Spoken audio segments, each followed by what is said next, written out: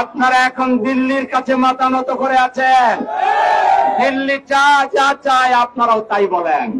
সুতরাং দিল্লি মার্কা কোন দলকে বাংলাদেশের জনগণ আর গ্রহণ করবেন না। জুলাই সনদ এদেশের জনগণ চায় কিনা তার পক্ষে হা ভোট না ভোট আপনাকে আলাদাভাবে নিতে হবে।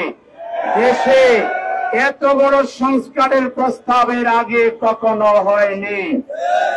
এই সংস্কার যারা চায় না, যারা যেন তেন ভাবে রাষ্ট্র চালাইতে চায়, যারা দুর্নীতি করতে চায়, যারা জুলাই যোদ্ধাদেরকে অপমানিত করতে চায়, যারা জুলাই শহীদদেরকে অপমানিত করতে চায়, তারা শুরু থেকে জুলাই সনদের তৈরির ক্ষেত্রে নানা ধরনের চল চাতুরির মাধ্যমে, নানা প্যাচ লাগানোর মাধ্যমে এটাকে বিলম্বিত করেছে।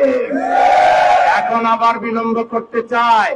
তারা মূলত জাতীয় নির্বাচনের দিন জুলাই সনদের হানা চায় কেন?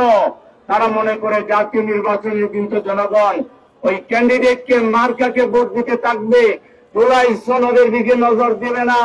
অতএব অ্যাক্সিডেন্টলি তাদের আশা যদি পূরণ হয় তাহলে তারা ক্ষমতায় গিয়ে জুলাই সনদকে ছুঁড়ে মারবে।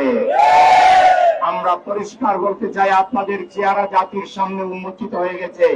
আপনারা অন্তত আগামী টার্মে ক্ষমতার নাগাল পাবেন না। জনগণ আপনাদেরকে নির্বাচিত করবে না। আপনাদের রাষ্ট্রীয় দর্শন প্রেসিডেন্ট জিয়াউর রহমান সাহেব যেটা পোষণ করতেন, যেটা করেছিলেন, আপনারা ওখান থেকে বিলীন হয়ে গেছেন। আপনারা এখন দিল্লির কাছে মাথা নত করে আছেন। দিল্লি যা চায় আপনারাও তাই বলেন। সুতরাং দিল্লি মার্কা কোন দলকে বাংলাদেশের জনগণ আর গ্রহণ করবেন না।